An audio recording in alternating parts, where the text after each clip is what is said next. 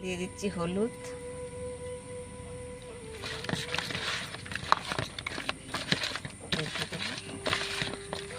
কাঁচা লঙ্কা নিয়েছি, আদা কুচি, পেঁয়াজ কুচি, একটু জিরে নিয়ে নেবো, একটু কালো সর্ষে,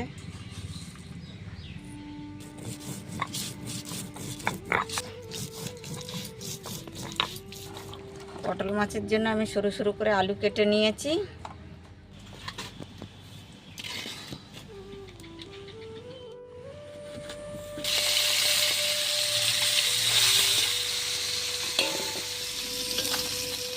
একবারে দেখুন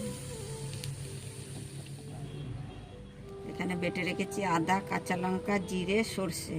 এবার এর মধ্যে হলুদ দিয়ে দেবো, একটু জল দিয়ে দিচ্ছি, মশলা করা জলটা।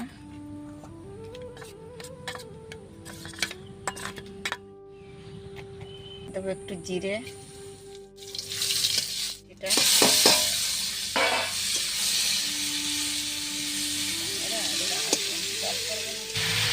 নুনটা দিয়ে দেবো। আলুটা এবার ভাজা হয়ে গেলে মশলাটা আমি রেডি করে রেখেছিলাম সেটা দিয়ে দেবো। একটু হালকা ভেজে নেবো যাতে মশলার কাঁচা গন্ধটা চলে যায়।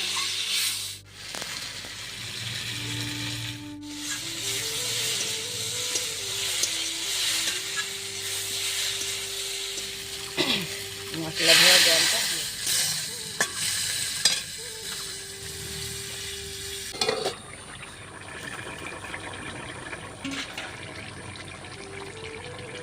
তরকারি এবার নামিয়ে নেবো।